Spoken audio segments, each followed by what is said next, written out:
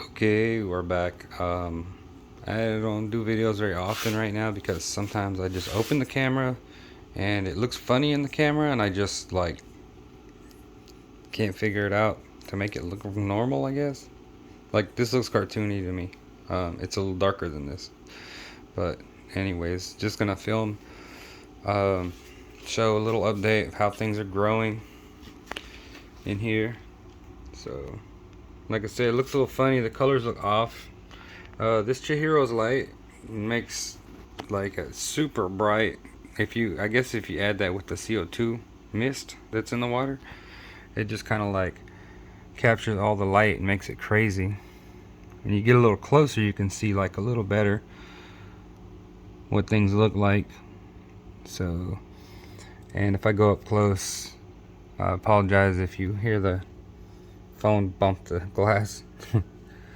But waiting for the Ritalis to grow back in the back, and still waiting on these flamingos to stabilize. You can see how they get BBA on them, and they kind of get a little BBA on some of the older leaves no matter what. Maybe it's because they're in this high flow area, because they are like right in the downwash right here. So I mean, that might be part of something to do with it. But if I can get some of these plants, I'll show you. This, my friend gave me this. It's called a something red. I don't remember what, but I mean, it's a really nice plant, really nice crypt. I don't remember what it's called. I mean, I don't think it's a Aphanis red. It's something red, but it's not a Winty or anything. It's something that's a little bit elongated and kind of bigger. But it's growing pretty good. It's growing really good. I have a baby one in the other tank, which I'll go ahead and show that. So before I forget, that crypt right there, that's the same thing. And those flamingos are from the same batch, but they're being grown in the shade, so they're fatter and they're bigger. But getting back to this tank, so here's that big panda that I got. I got this big panda before to take a 50-50 gamble on whether or not the white can come back in it or not. He had clipped it off, and it was either a small marbled one or the big new growth that was green. And I just said I'll take the green and take a gamble on it. I didn't know anything about it, or I would have took the other half, the small third of it, because that still had the white. And I've heard that if you have an Anubias or Buse or something, if part of it's variegated and then the rhizome starts throwing off non-variegated leaves, like non-marbled, that you just clip those off. And like if the rhizome was this long, if you got it and it was this big and it had white and then it had like nothing but green leaves from here to here, well, from here to here on out is going to be green leaves, but from here back can split to more with the white or variegated. That's how I understand it. I'm not sure how that goes, but so here's some of the little Ludwigas. A friend gave me this Ludwigia Atlantis to try it out, to see how it compares to the ones that I collect. And see, I think this is my I think, I'm not exactly for sure. I think, okay, that is either my collected Grandulosa looking one, which he gave me some Ludwigia dark red to grow out to see if it matches up to it. And I think that's what those are right there. But I'm not for sure, because I have plants everywhere. Here's are the palustris, the one I call them wild palustris. I'm pretty sure, I guess that's what they are. I cannot get them super red, but in the background back there is the ones that I collected that come out just like that. So if someone's wondering what this huge massive crypt is in the middle of, that is Crypt Albedas. They're Albida costadas, and there was a couple that were like small and stayed red, like they were Albida reds, but I don't know. They've all blended together. Kind of convinced that Albida red and costada are probably the same plant, or like a one-off, kind of like Rotala H-Raw and orange juice, or orange juice is Colorado, hand-picked. This one with the thin leaf, that is that Cryptocorn Kuvotai, and I had put it back here, but I just moved it to right here. I mean, these are all mixed together, sort of. This is a Crypt Tiger, and you can see some of the leaves are melting away because the newer leaves are more adapting to the conditions. And this is a Crypt red, which is like a tiger but with a green stripe in the middle. But it's still small. You can see a little bit of green and the pink leaves coming up.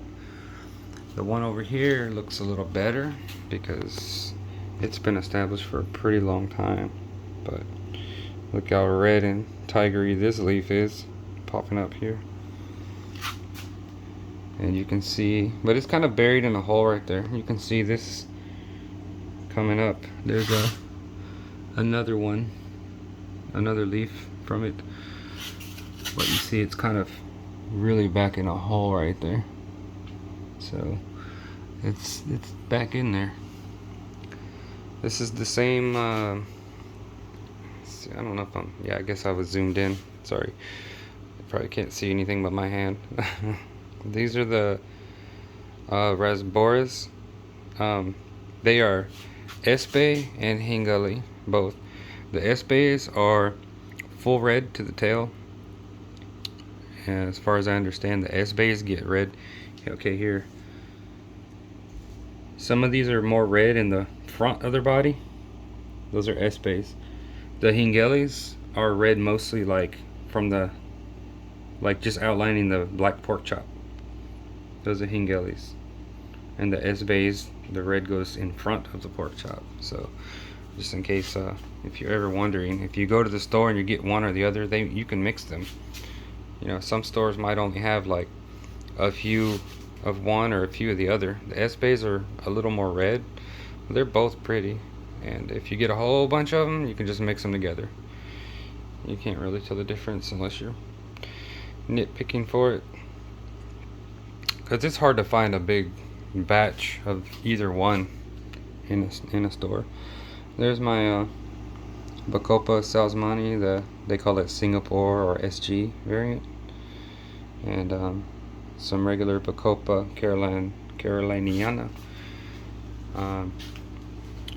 And here, I don't know if I showed this before, this little group here is well, there's one Bacopa SP purple, or the Salzmani SG Singapore.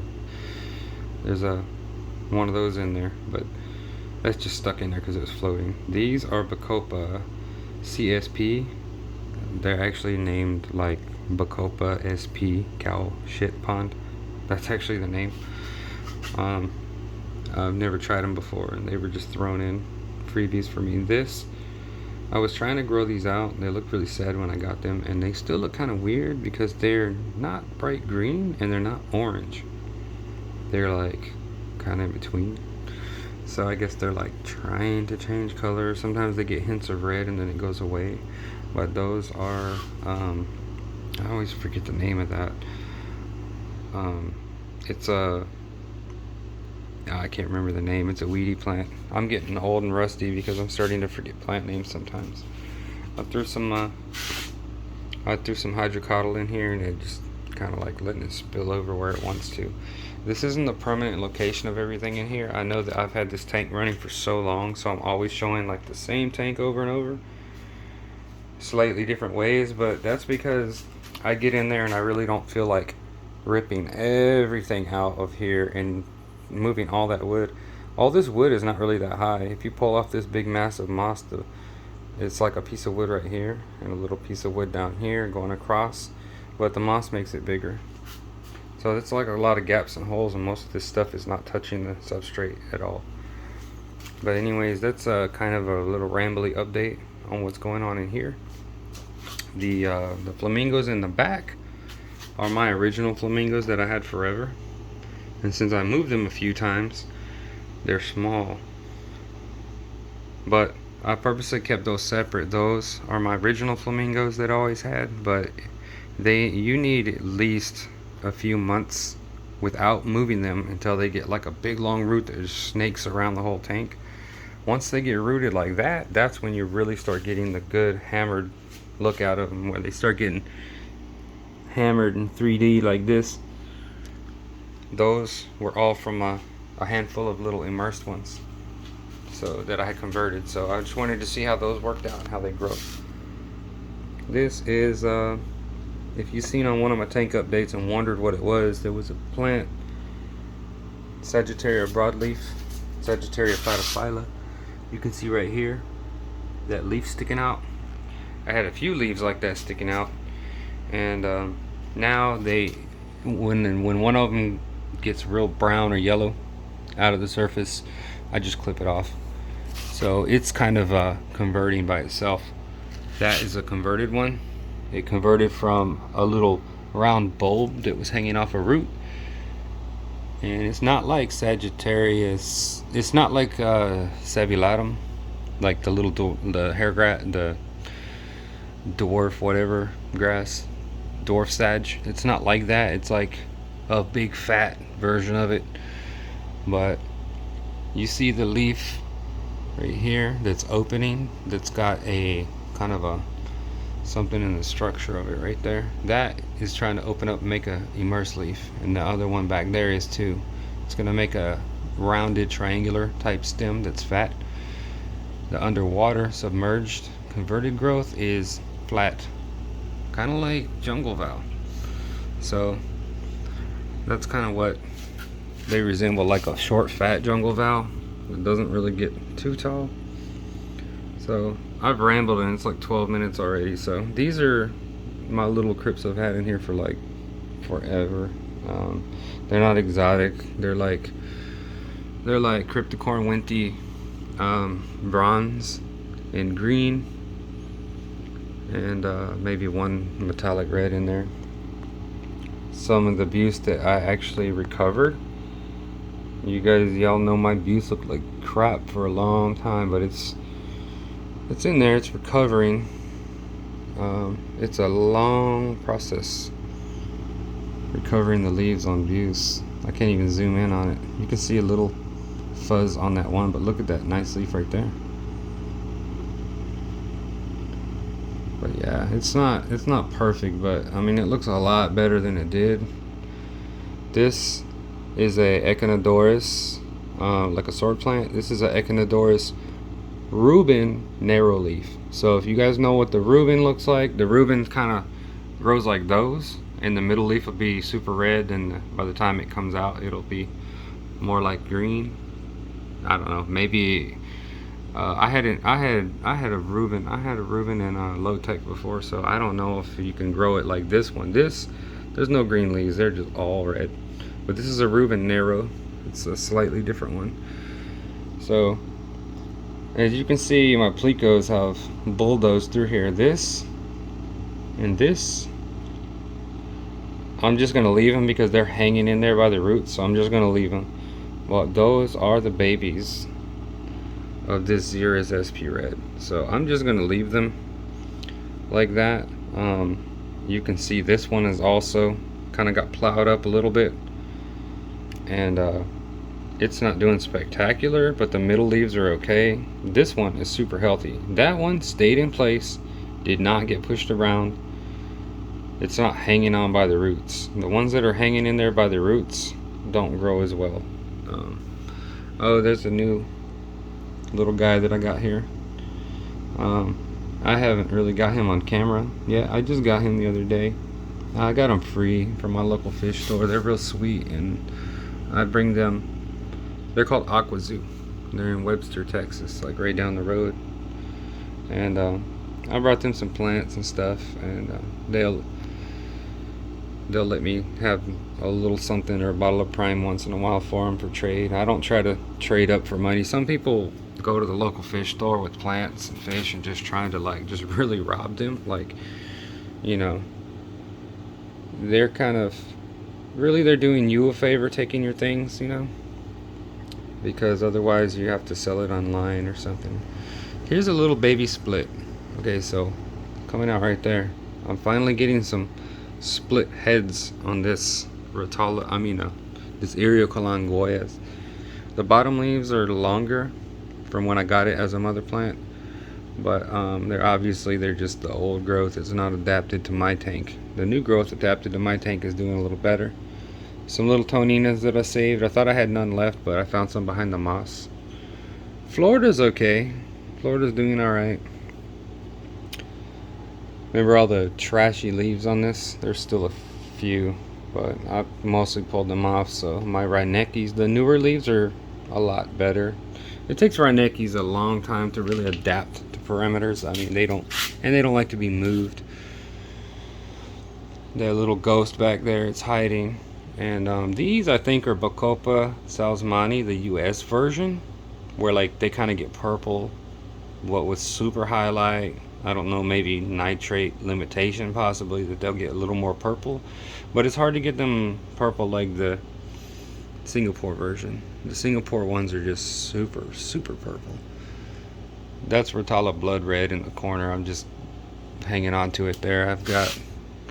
I got rid of all my Rotala OJ. I gave it away to somebody. He needed a lot of plants to help him kickstart a new tank, so I gave him a whole bunch of those. And I have Rotala Colorata in the 90p. What's in the corner over there, back there, that's Colorata, which Rotala Orange Juice is just Colorata that was handpicked and separated just the most orange parts by a botanist, I forget her name.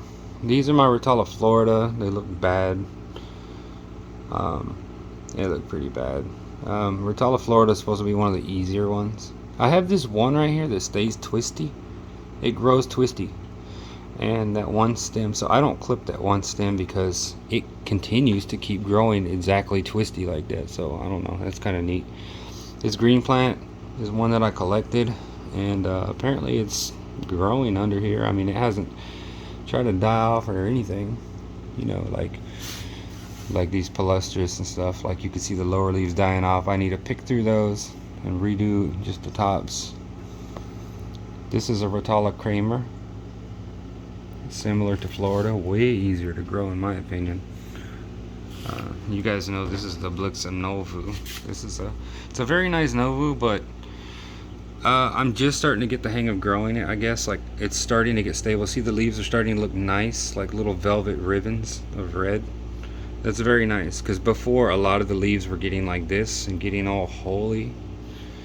And it does have holy leaves near the bottom. Apparently it just really likes space. Like, there's a holy leaf back there. But I get in there and I kind of thumb through it, and kind of very lightly and, you know, softly. I kind of thumb through it and get all the crap out of there and stuff. But I think that it just kind of overcrowds itself, really. This Cryptocorn Nuri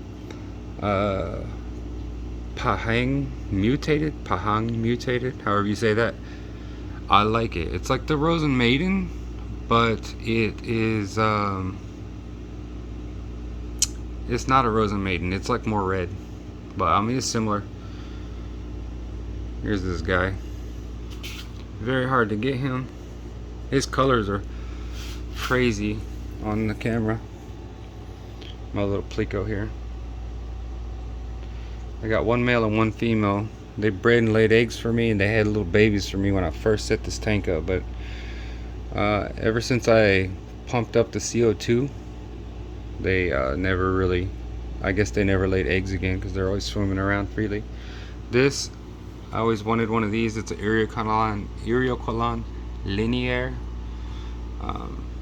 They say it changes color throughout the day. Like, it looks kind of white in the beginning, and it gets more green later, something like that.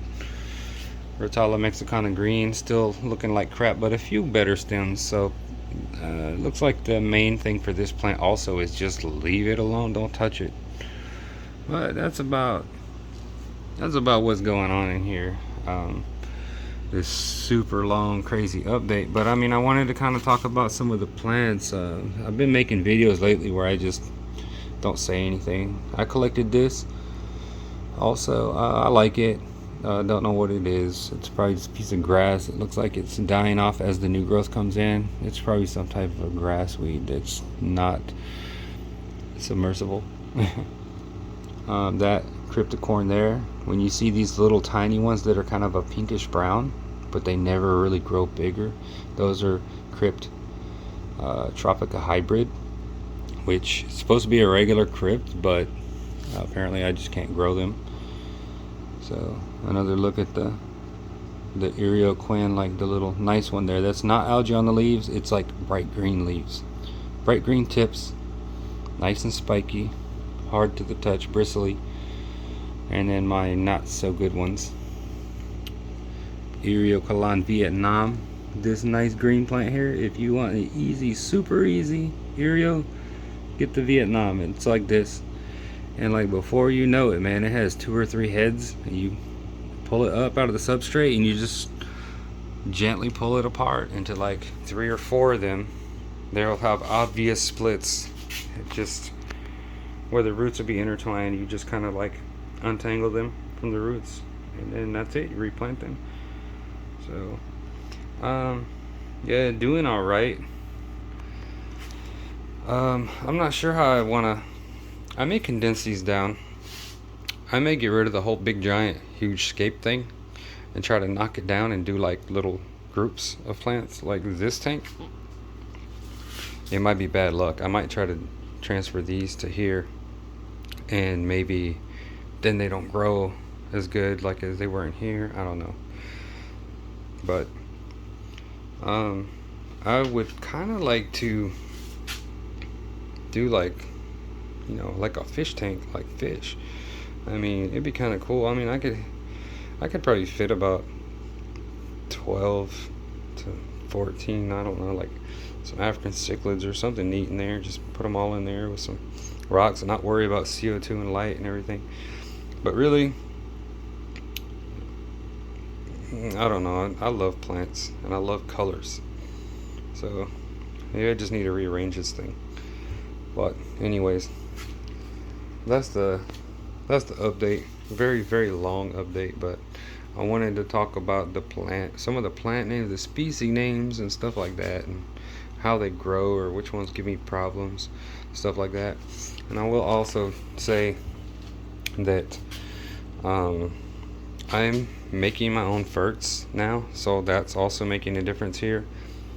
And I have my salts and I have my target levels, where I copied target levels from something and then adjusted some down and some up from it. And I have a micros mix that was already made by somebody, Joe Harvey. I got them from him. He makes the Burr micro mix. So I'm dosing micro mix in these, and then I made my own macro mix, and I've got that for like a 20 milliliter dose every day. So that's how I'm doing that with the dosing. I'm not using an all-in-one or anything right now. And I gotta say, man, going through the dosing, like you can just pump after pump, and you can just 20 milliliters and just make another one and make another one. And like these little Ziploc bags of salts that I got for the NO3 and all the different stuff and the potassium and the phosphate, they're not gonna run out for a long time. So that's a huge money saver. And using these crystals to make my own dechlorinator. So this is my own dechlorinator that I just make in here, so that's nice too. No more buying Prime over and over. Look at this, $11.99. No more. This thing is gonna make me dechlorinator for a few years, probably my whole life. So yeah, that's cool. Save money on that. We are getting into a house soon, so maybe in 7 or 8 months we were moving. So I'm gonna have to tear these guys down and move them. I'm gonna have to really plan it out to try to move one tank first and hopefully get all the fish to that tank to hold them. Because I don't want to lose my fish again like I did last time. I lost a lot of fish last time I moved, but it was a horrible, like a sideshow trying to move last time. But yeah, anyways, let me let you go. This video is so long, nobody's gonna watch this whole thing with this dude trying to ride the Plico.